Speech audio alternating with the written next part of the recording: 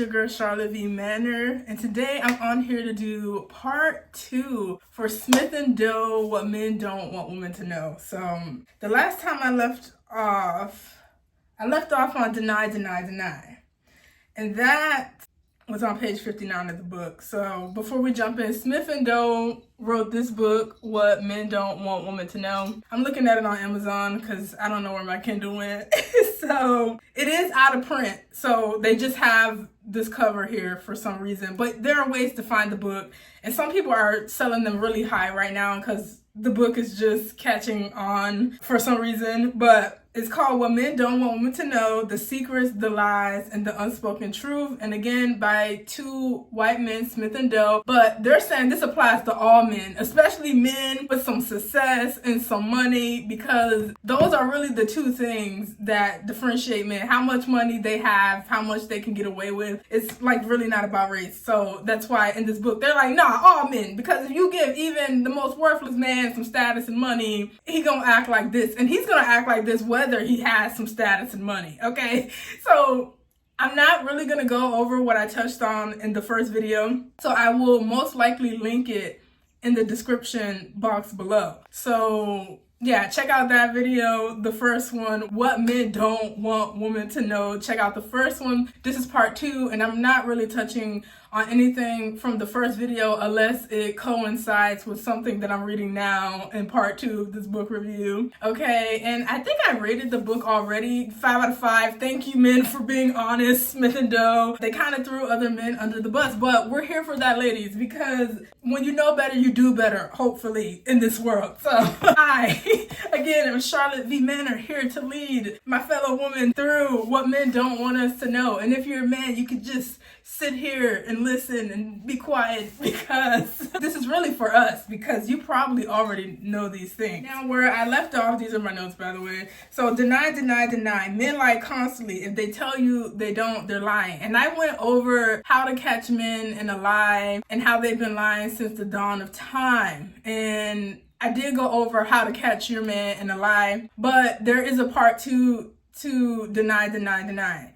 So we're gonna go to additional methods of denial. So like I said, this book claims that men kind of don't know how to tell the truth. They feel like you don't get anything out of telling the truth in this world. And hey, they might be on to something, ladies, because they're saying they're like the king of liars. And yeah, they lie constantly. So there are additional methods of denial. Denial doesn't pertain solely to something a man did or did not do, Smith & Doe claims. So men will deny anything and everything that points any finger at them for any reason whatsoever. So the book, What Men Don't Want Women to Know, claims that there is a more insidious denial. So we'll just start the review with that, since it's still part of Deny, Deny, Deny, which I left off in the last video. But we'll go into the other half, and that talks about the most insidious form of denial when it comes to men is omitted denial. And omitted denial is usually engaged by men who are passive aggressive, is what the book is saying. So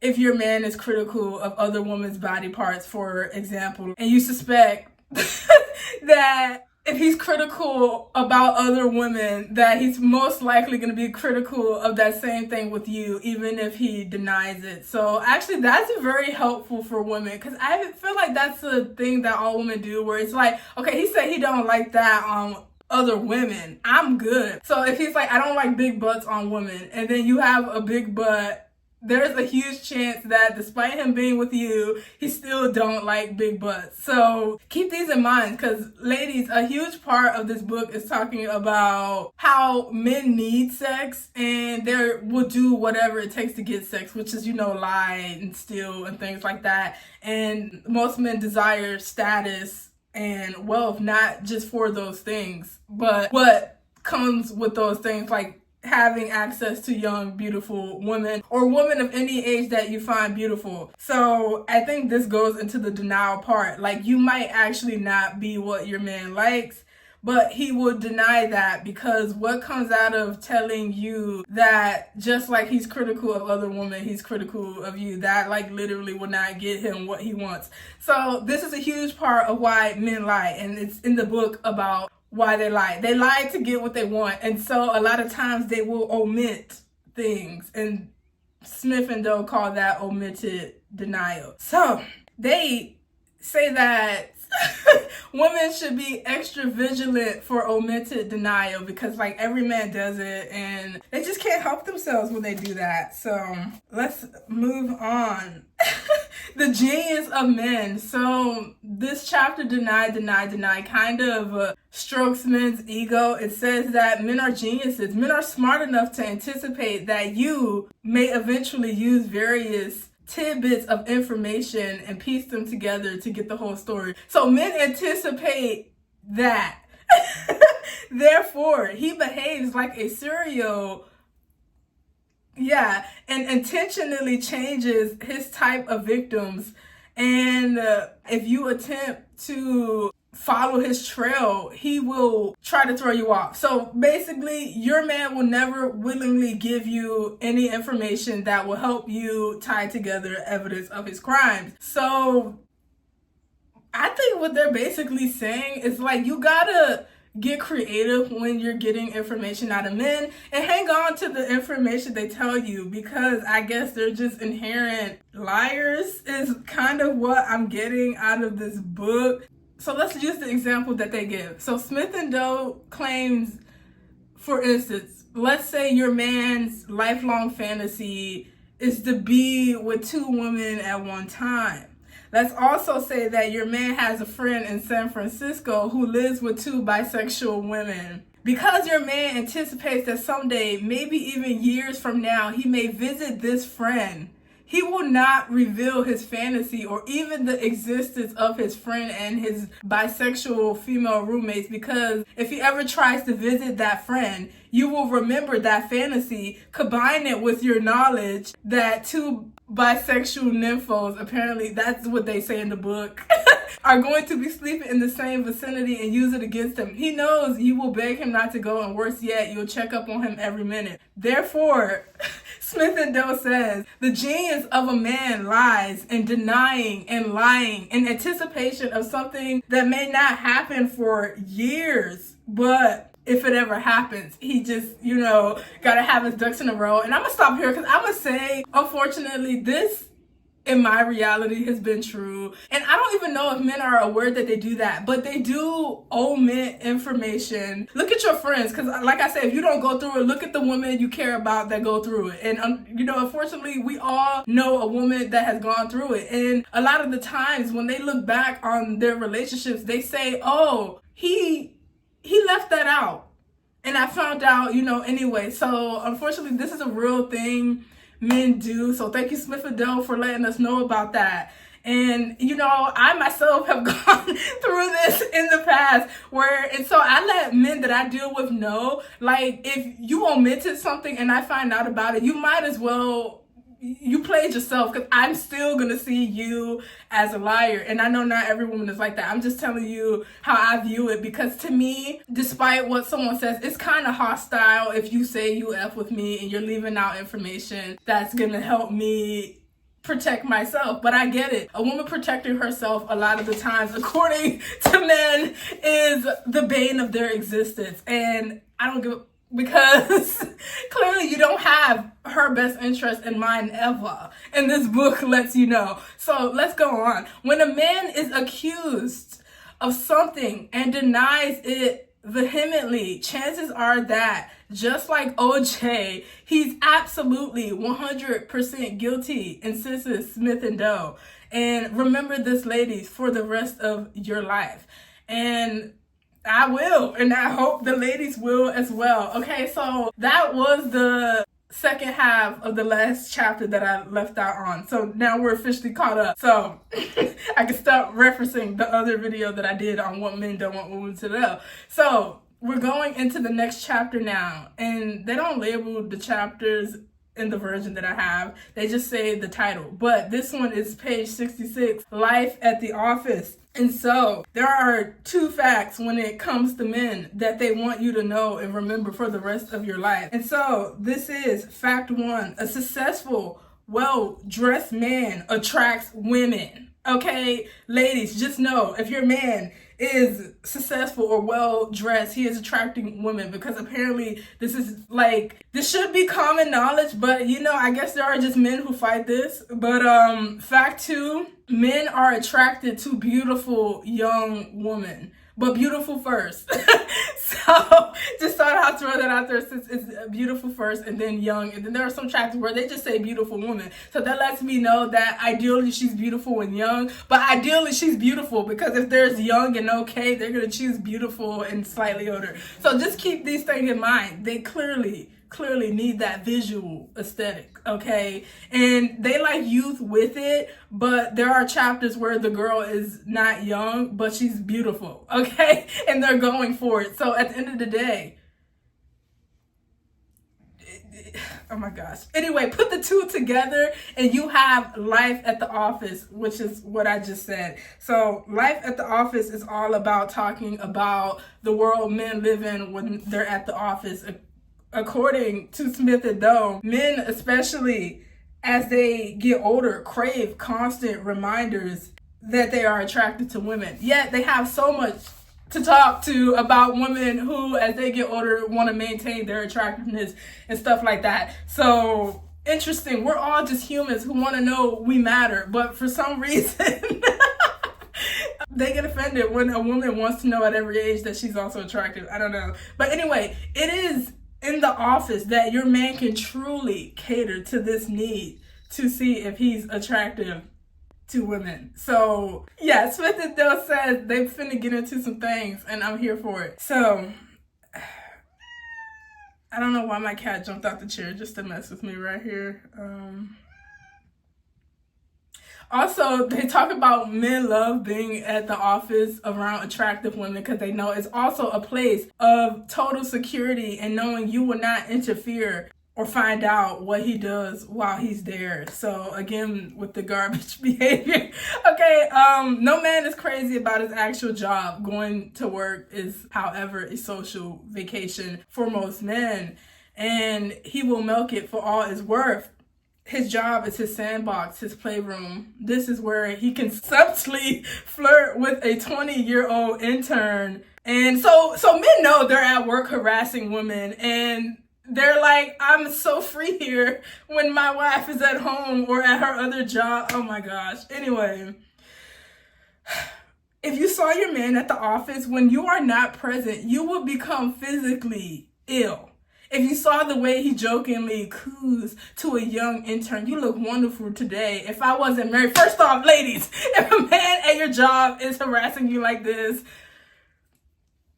take advantage of it, okay? I'm not even gonna say go to HR, because y'all know HR is for the job. They don't care about you. Unless you have proof and, ready for your $1 million lawsuit, I would probably not advise going to HR. But I advise, you want to play stupid games as a married man at work and you win stupid prizes. Please be that young hot thing that shows him he finna win a stupid prize. But let's go on. If you saw the way he talks to his male cohorts about the lungs on that new secretary, if you saw the way a business meeting quickly turns into a social call when the person he's meeting turns out to be an attractive female. This isn't to say that all men at the office operate like it's a singles bar. And we're not saying that all men fully utilize the young, beautiful tools, aka the woman that surround them. What Smith and Doe are in fact saying is that your man is in a dangerous environment when he's at work, and thus you must heed this warning. If he has any attractive underlings, be warned. So Smith and Doe wants you to know that when you see these news stories of men on TV, because they even use the presidents that we have had who've been in sexual scandals, they say that men aren't looking in horror like women are. They're looking in jealousy. Like, I wish I was the president so I can make a 14-year-old suck me off. Like, this is straight out of the book. So it doesn't matter if your man is the president of the United States or the assistant manager of a local thrift store. If there are women working under him, you can rest assured that he is toying with their minds. I know, y'all, I'm kind of in shock too, because even though I wrote these notes down, I haven't looked at them in a while. I'm just jumping right into the video because I have time. So I was just like, let me sit down and do the video. And now I'm like, oh my gosh, I remembered why I stopped and needed a break. So your man will employ every maneuver he's ever learned, even try out the new ones to make as many women as possible fall for him. So ladies, if I guess you're lucky and unlucky enough to have a man in a position of power that has women working under him, you need to never be dumb, never sleep well, because it's just a matter of time before he betrays you. So this is a hard pill to swallow, but it is what it is. A funny comment here, a compliment there, a helpful piece of needed advice. So they're saying your man are gonna do things that seem innocent, but he's doing that because he wants these beautiful or young women at his job to fall in love with him and increase his self-esteem and ego at your expense, because you shouldn't be knowing about this. Oh my gosh. In the eyes of your man, there can never be too many women who lust after him. Yet they have so much smoke. If you're just a naturally attractive woman and you're just attracting people and things that you don't want, they have so much smoke for that. But here they are in the shadows like, I wish it was me. I wish it was me. And that's why they're jealous of a lot of women who honestly get attacked. Because it's like, oh, I wish I could bring that desire up in women to physically attack me. It's sick. It's sick. You know what I mean? But it is what it is. Thank you, Smith & Doe, for telling us this insidious quality about men. So, yeah, your man is in a dangerous environment when he's at work. Thus, you must heed this warning. If he has any capitalized attractive women around him, be warned at work. And my gosh, ladies, if you're that woman at work, get your bag and leave an anonymous tip for the wife if she nice. But I know how it is. Sometimes it's a waste of time and the wife is brainwashed and gonna stay by her man regardless. Don't waste your time if she's like that. But sometimes you meet some dude who is flirting with your wife and she mad cool. So you're like, I'll do that. I'll just anonymously throw you that. Do what you do. Because I have told women before, never again, because you guys, the women in my life have been idiots, and I tell them waste my fucking time, and they just stick with the dude until he tosses them aside for the chick that he lied and said I wasn't cheating with. She just hating on our relationship. So note to self, the women in my life have been not smart and did crazy. So if they are like that, don't waste your time. But if they seem like nice people, you can let them know anonymously. But yeah, unfortunately, most women are still kind of programmed, so they probably just think you hating. So it's like you trying to ruin me and what me and my man got going on, the special love, Anyway, for men, this is called the chase, when they have made women fall for them or lust after them with, their status and stuff at work. So for men, this is a chase, and letting women chase after them is a welcome respite from countless years of doing the chasing themselves. So there you have it, ladies. Men chase money and status because for once in their life, they want to know what it's like for women to chase them. And so getting this status and money at these jobs, these careers, these stocks, just whatever men are doing to get the money constantly coming in, they're saying the real goal of that is letting women chase after them finally in their life. After countless years of doing the chasing, all a man truly wants is for women to chase him. But do not despair. Now that you have Smith & Doe, you have confidence of knowing when a man is attempting to pull the wool over your eyes. And thanks Charlotte V. Manor too for explaining this so coherently. Okay. Anyway, if your man, also be extra aware of a man who creates this kind of environment for himself by hiring these women on his own. Oh, and they seem abnormally attractive, you should be terrified, okay? So if you, like I said, you're lucky enough and unlucky enough to have this high achieving man with status, or like a micro version of it, because we're all as women living in different areas. What could be a blessing to me might be seen as like child's play for another woman. Like a woman born with a gold spoon in her mouth might not be impressed by the things that me and other women will be impressed with, and then someone in my position might not be impressed with, someone that's living like below something that I would. So it's like, if I don't like that in your man, I'm probably not going to be impressed. And so it really depends on the woman. But that woman, if she's with that man that can pay with mansions and stuff, they're saying that she should be terrified, especially if her man is hiring young, beautiful women, or if he's hiring just beautiful women in general. And a man who creates a temptation-ridden environment is a man who wants to be in temptation, okay? And I agree with that. And they have a photo here, so I'll show the photo. And the photo is called the Rule of Thumb Guide to Office Relationships. And so it's kind of funny because it's telling you, some women, why they don't have to worry. I'll zoom in.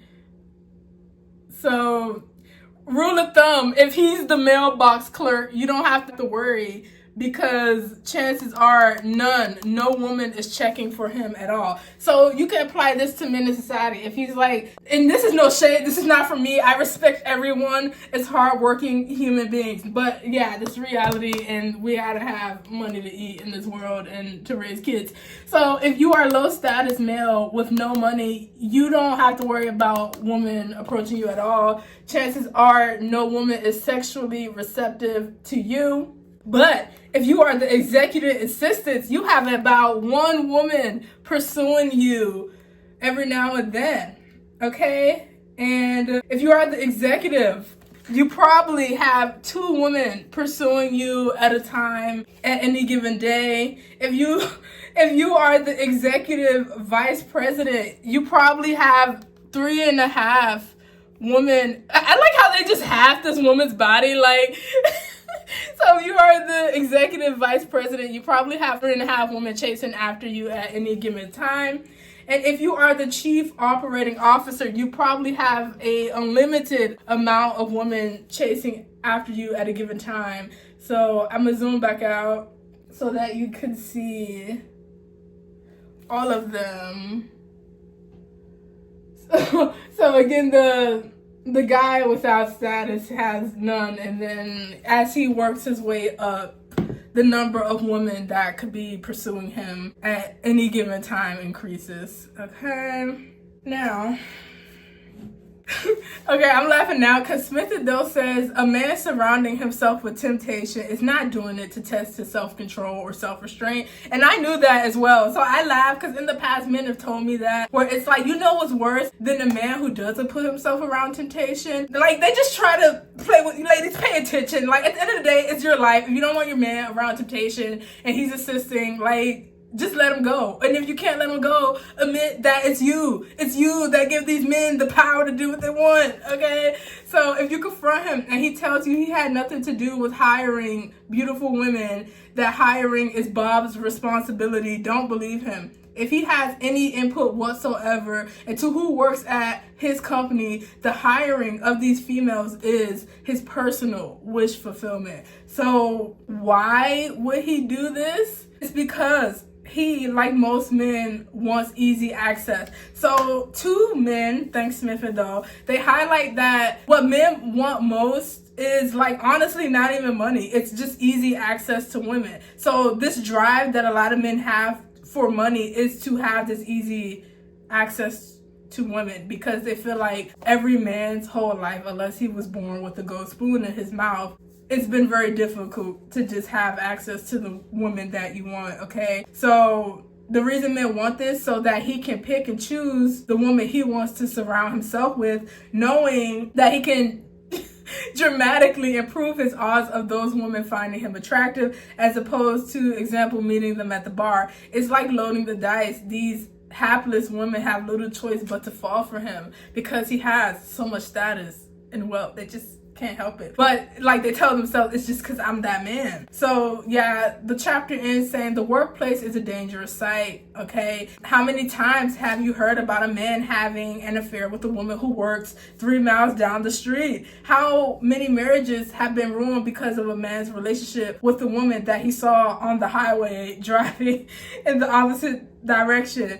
No, it's at the office where the seeds of these transgressions are planted, and there couldn't be a better climate for them to grow. So he's saying, you're probably like, it works both ways, doesn't it? Not really, they're saying. So they're downplaying that SA and sexual harassment can happen to men at the job, and they're kind of laughing at those men. And they say the only time your man considers a woman's sexual advances harassment is when she weighs 200 pounds and looks like Rodney Dangerfield. So I don't know what that is. Probably someone from their time period. And oh my gosh, I can't. And they say men fantasize about and yearn for harassment, which as far as men are concerned is the wrong choice of words. How about pure luck?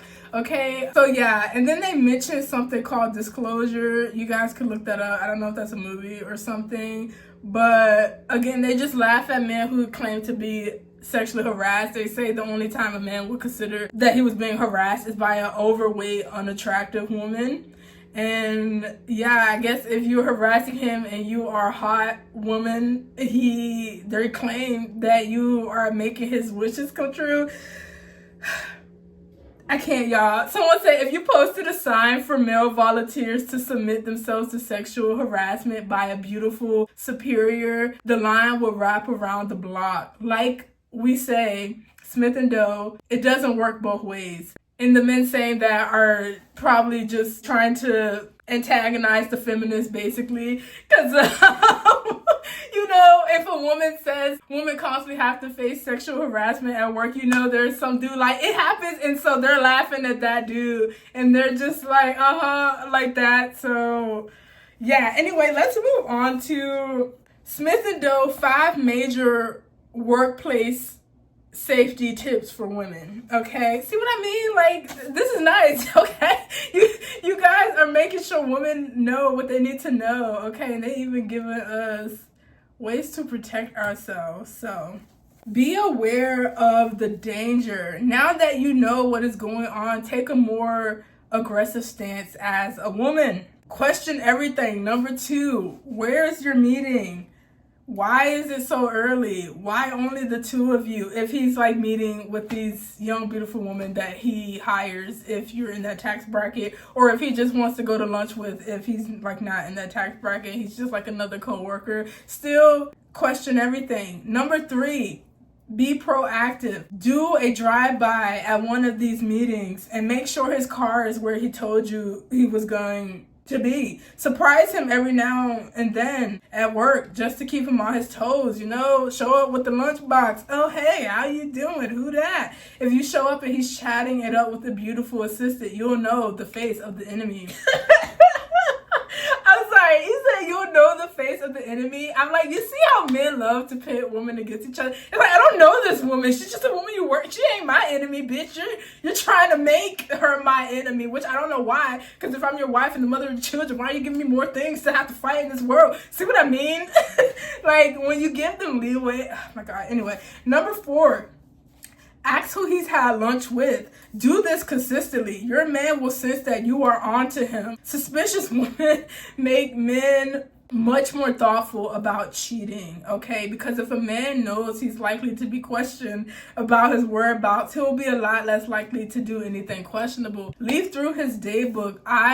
His lunch and dinner schedule. He'll act like he doesn't care, but he'll still glances and begin to sweat. So because these are men, they have no face to other men. So they're saying that if you're suspicious, your man will respect you enough to like cheat more discreetly. Like, so you see what I mean? Where I'm just like, I feel for y'all who are not like borderline asexual like myself, because I'm kind of like, they're using this I need a man, any man against us. And now, number 5, beware of office parties. when alcohol comes into the picture, what started off as a harmless flirtation can end up in raging sex in the back room. Whenever possible, accompany your man to these work events or party events, or if you have serious apprehensions about what might occur, get sick, make him stay home to take care of you.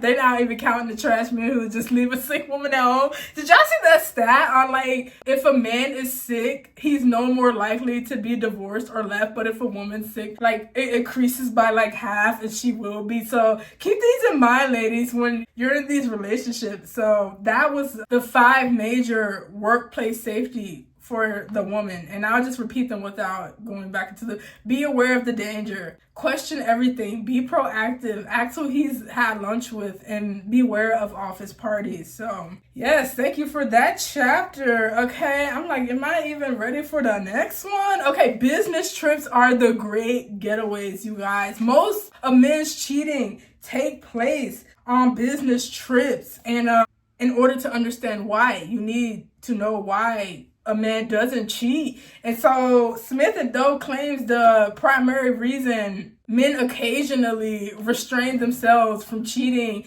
can be summed up in one word: fear.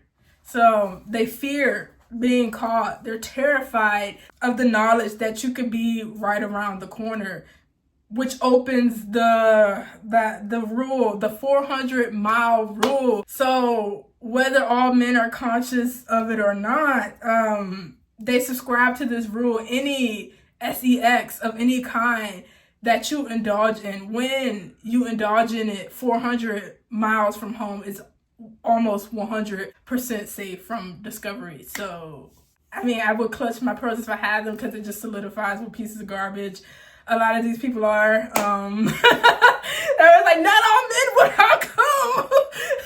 The ones who aren't like that are laughed at and not seen as people that they should model themselves after. No. In fact, let me keep going so I can get to the part that I really want to talk about. But the 400-mile rule: when your man has just gotten off of a plane and you are at least 400 miles away, you can bet he like, it's showtime. Okay, your man will arrive at his destination and take a taxi to his hotel. His phone call will be to you. It seems so cute and loving, but what this phone call means to him is much different from what it means to you. To you, he has called because he loves and misses you. To him, he's just confirmed that you are at least 400 miles away and didn't follow him somehow. Even if you were to hop in the car or something and hang up to go see, like, it's gonna take some time. So he's like, once he hangs up on you, he's gonna go to the nearest yellow pages. Okay, let's flip it. He's gonna go to Instagram or Twitter or Pornhub or Tinder, or and he's gonna start looking for fun so that he can unload. And in the book it says men's favorite unloading usually happens in Craigslist with prostitutes and massage parlors. I can't with those people. So a lot of things that some of these men on trips do, they head straight down to the bar to begin drinking and looking for anyone remotely attractive. So if he doesn't cheat in this environment, it's because he's failed. And when he gets back to his room, the first thing he's likely to do is try, online, which they use the yellow pages. I'm just gonna say online. Like if he goes to the bar, and, if he buys a woman a drink, but nothing came out of that, or he doesn't find anyone attractive, then he'll go back to his room and try a different way. So how can you monitor this? Well, Smith and Doe says call often. This is the key to keeping your man on his toes. Always know his whereabouts. Ask him to keep his cellular device on him, which is easy to do in the modern era. I could see how that would have been harder to do in the 50s to 70s, 80s, 90s, I guess. So after he says he's going to sleep, wait an hour, then call him again. If he doesn't answer, he's a lying cheat. Oh, that was a good one. In anticipation of the lie that he slept through the ringing, say please. Okay. That's a good one. Okay. Nah, call his hotel room at 2:30 a.m. to tell him you were missing him if he's not there. Or if he's at any time unaccounted for, you've got him. Okay? Okay, so you either call the hotel room, or if he says he's going to sleep, you wait an hour and then call back. Okay, I mean, number 2, how to monitor your man when he's 400 miles away. Check his credit card and receipts at the end of the month after he's been away on business. Question anything that looks remotely suspicious. Any charges over $150, they say it's clearly not a restaurant. It's more likely an escort service. Nowadays, while everything's so expensive, maybe double it. Any charges over, I mean, honestly, yeah, 100 plus. No, that's good. I think that's a timeless, yeah. Your man will always be in shock when you catch him. If he denies any facts for why things costed a lot, just simply have the credit card company get you a contact number for the originator charge. Okay, so I guess if he's denying having like spent money and stuff, okay, I mean, you guys do that or whatever. But moving on to number 3, ask him who he had dinner with and then write down the answer. 2 weeks later, you can catch him in a lie by casually mentioning that dinner you had with X. If he doesn't seem to know what you're talking about, even for an instance, you got him. Okay, and number 4, remember everything he tells you. If there's one thing a man has trouble doing, is keeping track of all of his lies. More men have slipped up during routine questioning than any other method, and I agree. If you haven't tried to do it, like, I kind of already know this stuff from experience and age, but yeah, if you didn't, always re-ask questions after a set period of time and make sure you remember the answers, like write them down and stuff like that. But moving on to number 5, if he tells you he'll call you and he doesn't, that's like a major red flag. That means something else diverted their attention, okay? And you can best believe it was that young beautiful woman or whatever, okay? They also say to always get the information early. So for example, if he tells you he'll call you and he doesn't, this is a red flag, because men will divert your attention from their actual or intended plans by leading you to believe that he will speak to you later in the evening. Your man has caused you to postpone the questions you were going to ask. Like, where is dinner? Who is it with? So if he says he'll call you in a response to you about to ask stuff. So keep these things in mind, because there's a bunch of stuff happening at once in these like tips, okay? But by the next day, if his responses become generalizations, at that point you should kind of know that the night before, if it was like impossible to reach him, that he probably wasn't in a place that you were aware of. So just get your info early, ask your questions, write his answers down, re-ask them. You see why people are getting fed up with relationships, because I'm like, they want you to sign up for this. Yeah, it's ridiculous. And number 6, when you think you've caught him in a lie. Now, this is all caps, be strong, woman, exclamation point. He literally has that. Never relent.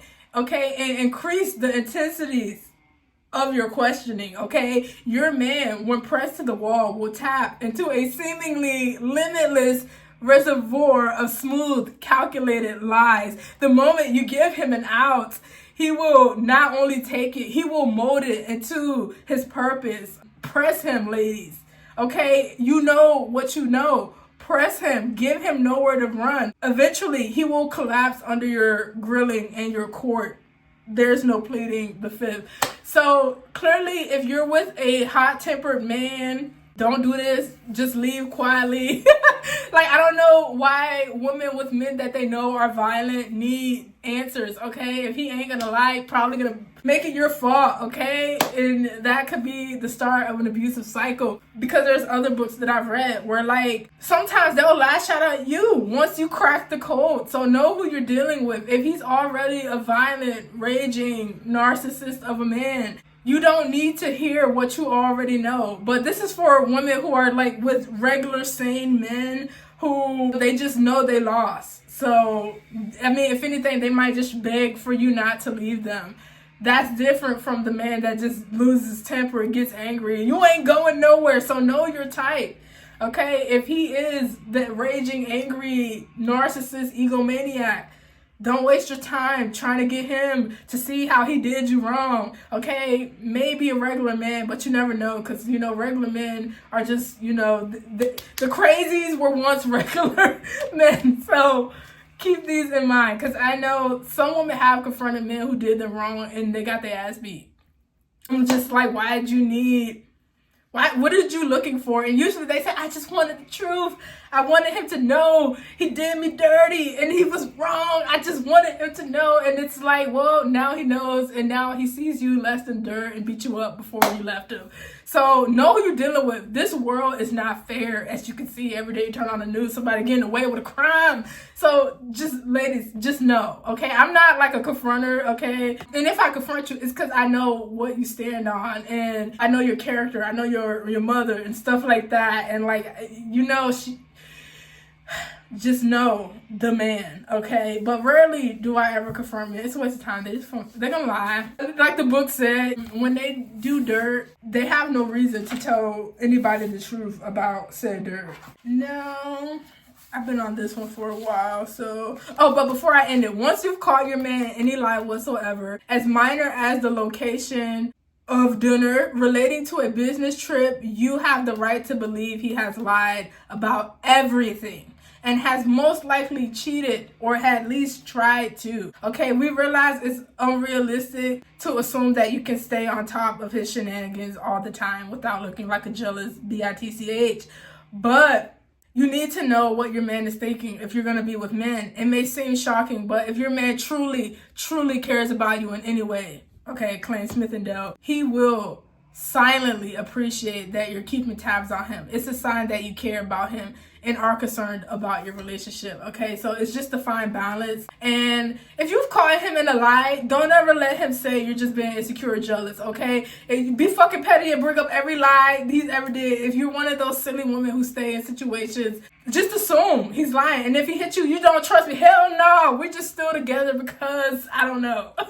But yeah, also, if you're staying with men who have lied and you've caught them, or who have cheated and you've caught them and you stayed, the rest of your life you should know that the ball's in your court, because you know they're lying sacks, and you know to be ahead of them in every other way moving forward. So keep that in mind, because I know some women, they just not going nowhere. So it's like, at least use these tactics to protect you and your children. It's a sad state of reality, you guys. I have to give that disclaimer, because you know a woman who is not going nowhere. And so she just needs all this information, because at least protect yourself and the children somehow, because you've already sold your soul to said man. But an innocent man will respond to your snooping indifferently. Once you've made a habit of it, you keeping tabs on him will become like a playful joke. But deep inside the dark recesses of his mind, he'll know that it won't be easy to get away with extracurricular activity. Okay? And keeping tabs will keep his libido at bay. When criminals know they're being watched closely by the police, do they commit more crimes? No. Okay? The answer is no. They exhibit good behavior.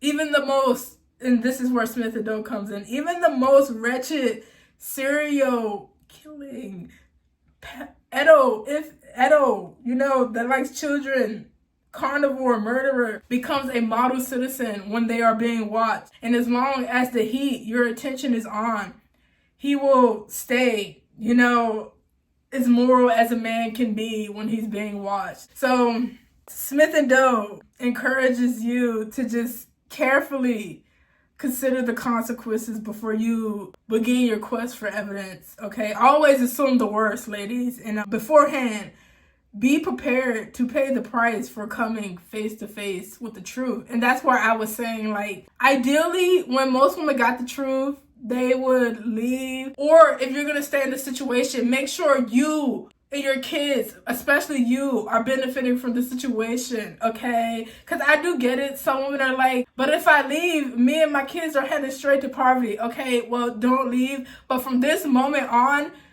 get that money, get that info, keep tabs on him. You don't want STD, you know what I mean? That stuff exists, for the love of God. Or start sleeping with him, okay? Pay attention to his wallet. Start stashing stuff. When you go to the store and get the cash back, it don't show up. Yeah, you gotta get there. Start a trust fund behind his back and then use his money to put, so just be smart as a woman. If you're gonna stay, which I never really encourage, I will never tell a woman and her kids to leave a situation for poverty, but just know how to protect you and your children, because like once you know the truth, like you can't go back. And to go back means that you're regressing. And who regresses except an idiot? So keep that in mind.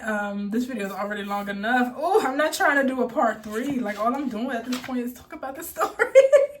Okay, so the shortest chapter of What Men Don't Want Women to Know is called A Momentary Lapse in Reason. And it even says it right here, the shortest chapter of the book, because it seems like men understand what a lapse of reason is, but only with each other. Because if you say, I had a lapse in reason, he was just so hot, or he was just so rich and successful, I couldn't help it. They're gonna look at you like you lost your mind. So ladies, you gotta start looking at these men with their momentary lapse in judgment, like they look at us like, oh, she was just so great that now you've lost everything, okay? So men are scum is the start of the chapter when it comes to sex. They are not always scum, but let's give you an example. So Smith and Doe's example is about Doe passing up an opportunity to sleep with a beautiful girl. I think he was like away from his wife, maybe a business trip or something. So Smith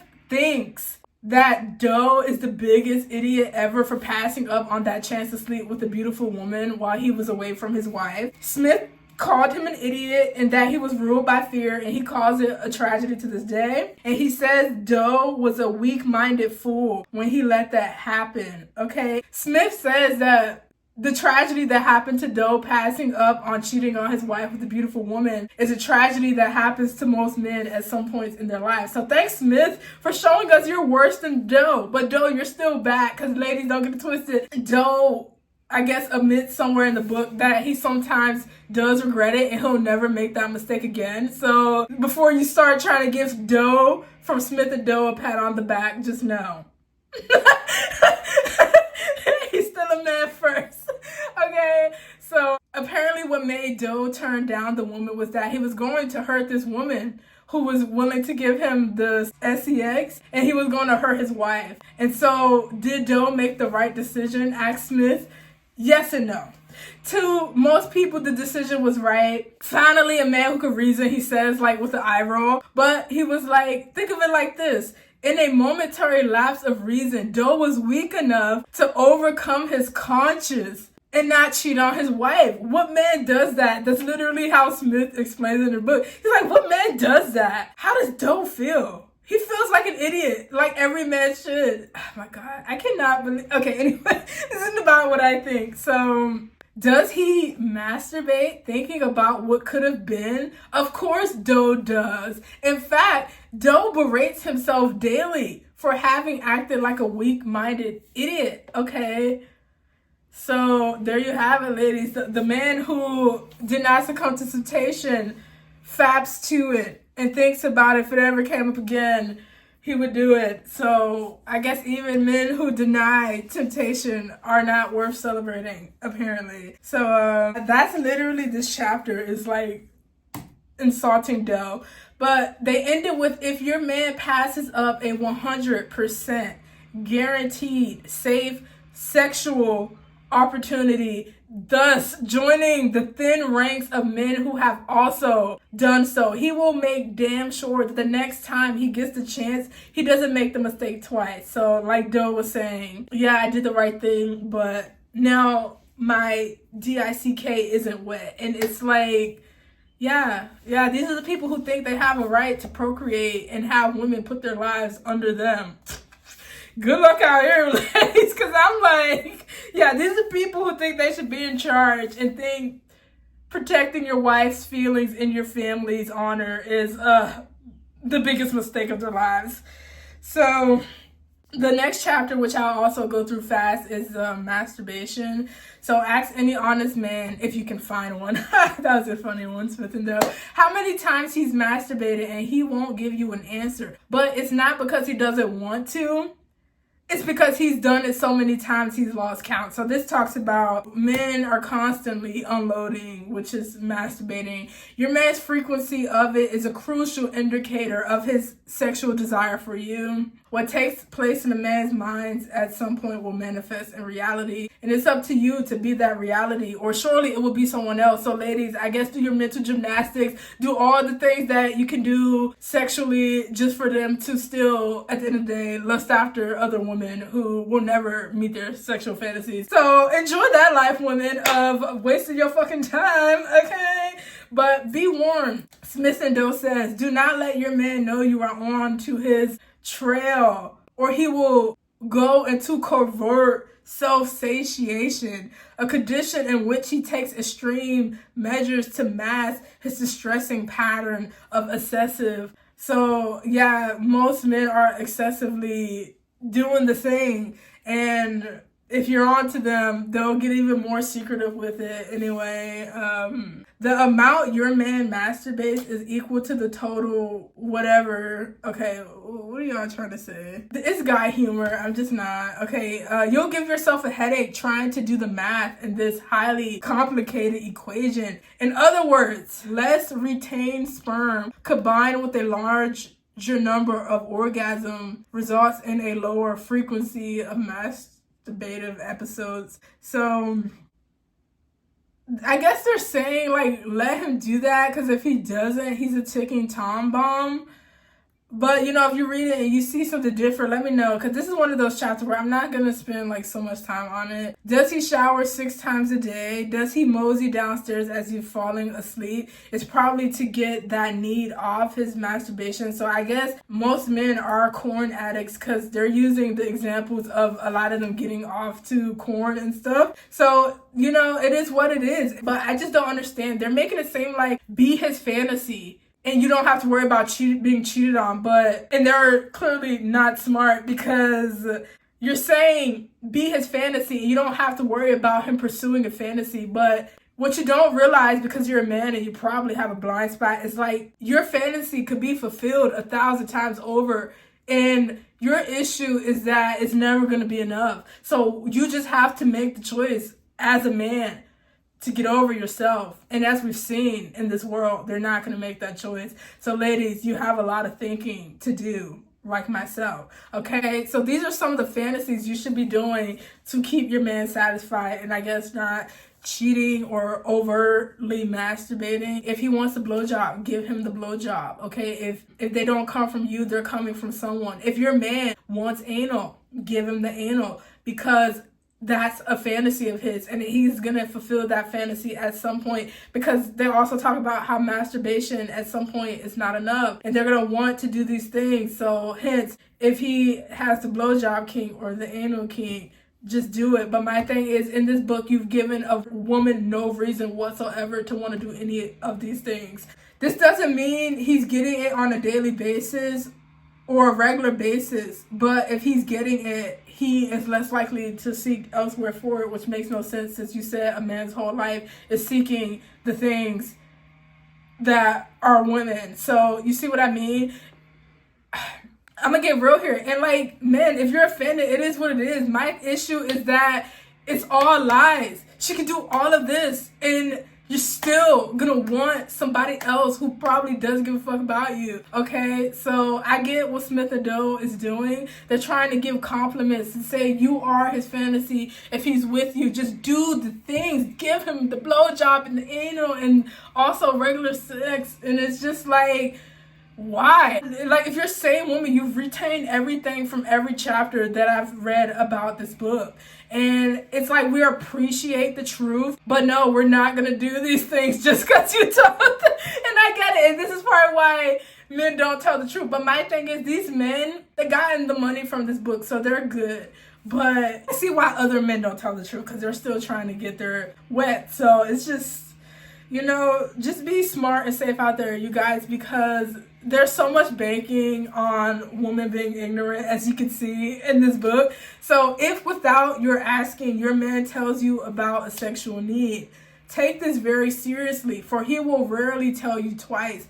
If he doesn't get what he wants, he asks for, he will get it elsewhere. So ladies, there you are being coerced. Do what he wants you to do sexually, or he will get it elsewhere. So yeah, does that get you riled up and ready to go? If you don't do it, I'm cheating. And I was going to cheat anyway because it's my biological incentive. You see, the insanity with these people. Okay, let me stop making this a joke. The fact that your man even told you what he wants is a very significant sign. For one, it shows that he is communicating his needs. And without communicating, no monogamous sexual relationship can survive. Yeah, that's why monogamous relationships can't survive.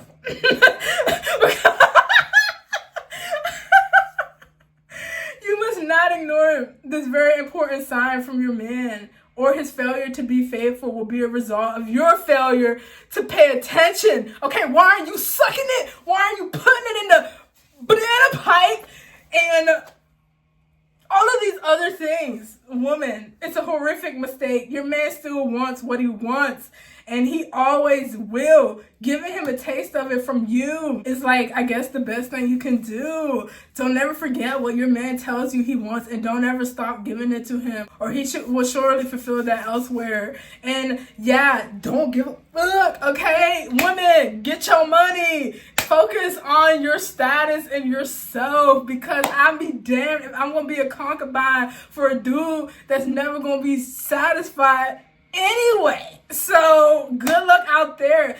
You guys, after watching this book review, please tell me in the comments if I have woken you up in any way, because I know some people have sent me emails saying you want part 2, but you want part 2 off of some fairy tale view that you can find a man who's not like this. You know, your youth is valuable. Don't waste your youth looking for unicorn men. Okay, if unicorn men exist, they will find you. Okay, and if they don't find you, it's because they don't exist. So if you want to do these sexual acts, do them, but don't do them because you think you're gonna be replaced. That's literally a hoe's mindset. Are you a hoe? Okay, are you a hoe or a sleeping woman? Okay, if the answer is no, get some value outside of this so you don't have to do this stupid shit. Like, I'd be damned if my whole life is gonna be doing sexual acts to keep a non-moral mofo to be faithful to me. Like, they have issues, okay? And then they just go on to say, y'all, let's go to the next chapter so I can show you how dumb they are. But before we go, if your man is masturbating more than once a week that you know of, force him to tell you what he wants that you aren't giving him, or your relationship is headed for disaster. Let it head there, boo, because men aren't the end all be all, okay? This whole book is about, nobody cares, okay? The only people who are caring are hoes, okay? And yeah, women in poverty, maybe. And even then, I've lived in poverty before. There are a lot of women in poverty with self-respect. Unfortunately, there are men who prey on them and try to break them down so they can become this. But let's not let them win, okay? Men, I promise you, the world would be a better place if women weren't so preyed upon. You probably don't see it, but hopefully one day you can if you're still sticking around. I just assume all the men left once to start ranting. But while this video is an hour, I'm actually going to end it here, you guys. And I'll make a part 3 because I'm here for this. At this point, it's less of a book review and more of a book chat. But we're still reviewing the book. Again, I love the book. I forgot what I gave it the first time. Probably a 5 out of 5 because they're being so raw and so honest. And if you guys want a part 3, let me know by commenting, you know, liking this video, subscribing. But I get it because, you know, I talk about a lot of stuff. Wait, let me stop because my husband says he hates when I do this. He's like, you're telling them to subscribe and then saying, or do what you want, which makes them not want to subscribe. I get it, but subscribe if you want to.